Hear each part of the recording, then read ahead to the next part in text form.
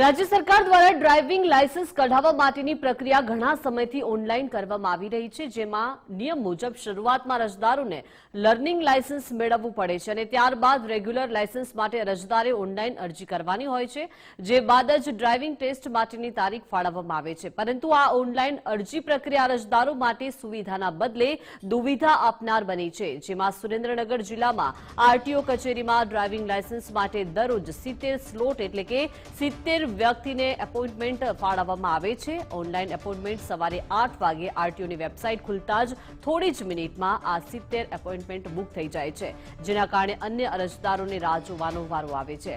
Online slot નહીં મળતા અંદાજે 4000થી વધુ અરજદારોના લાયસન્સ માટેની અરજી મહિનાઓથી પેન્ડિંગ રહેતા અરજદારોને મુશ્કેલીનો સામનો કરવાની નોબત આવી છે. એક તરફ ઓનલાઈન સ્લોટ નથી મળતો તો બીજી તરફ પાકા લાયસન્સ વગર વાહન ચલાવતા પોલીસના હાથે ઝડપાઈ જાય તો મસ્ત મોટો દંડ ભરવો પડતો લોકો અત્યારે હાલ સૂડી વચ્ચે સોપારી જેવી સ્થિતિ લોકોની થઈ છે. લર્નિંગ લાયસન્સ આવી ગયેલું હોય પણ જે એનું પાકું લાયસન્સ મેળવવા માટે આજે જોયું તો કે સ્લોટ 70 ની લિમિટ છે. તો આ ઘણા સમયથી આવું લિમિટ હાલે છે. છેલ્લા 1 વર્ષથી હું આ જોતો આવ્યો છું. ઘણા માણસો અને તાલુકાના જિલ્લાના માણસો અહીંયા જિલ્લામાં આરટીઓમાં આવતા હોય, તાલુકાના માણસો લાંબા રૂટથી આવતો હોય પણ અહીંયા સ્લોટ પૂરો થઈ ગયો હોય અને નાના માણસો ધક્કા ખાઈને પૂરું કરે છે. જો લર્નિંગ લાયસન્સ આપી દે તો પછી એના આરટીઓ એવો પણ પ્રબંધન કરવો જોઈએ કે ત્યાં લાયસન્સ મળી જવું જોઈએ. સ્લોટની જે કાર્યવાહી જે છે એમાં એવું છે કે અત્યારે અહીંયા 4 વ્હીલના 70 સ્લોટ્સ અવેલેબલ છે અને એ વડી કચેરી દ્વારા સેટ કરવામાં આવે છે સ્લોટ.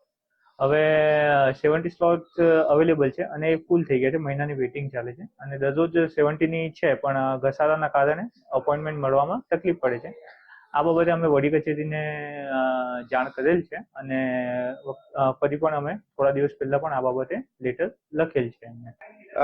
અહીંયા સુરેન્દ્રનગર જિલ્લામાં આરટીઓ કચેરીમાં પાકું લાયસન્સ 3, 4, 5, 6 મહિને વારો આવતો હોય એવું અમને સાંભળવા મળ્યું છે. અમે આરટીઓ કચેરીમાં જઈ અને રજૂઆત કરતા અમને એવું જાણવા મળ્યું છે કે અમને રોજના 50 થી 60 લાયસન્સ જ ઉપરથી ઇસ્યુ કરવામાં આવે છે ગુજરાત સરકાર દ્વારા. તો અમે વધારે આપી શકતા નથી. હવે એક બાજુ તમે લર્નિંગ લાયસન્સની વેલિડિટી 3 માસની જ છે, બરોબર. હવે 3 માસ થઈ ગયા પછી પાકું લાયસન્સ આવે છે તો ગામમાં બચારા વાહન લઈને નીકળે તો એને તંત્રના ભોગે દંડ ભરવો પડે છે, મેમાં ભરવા પડે છે.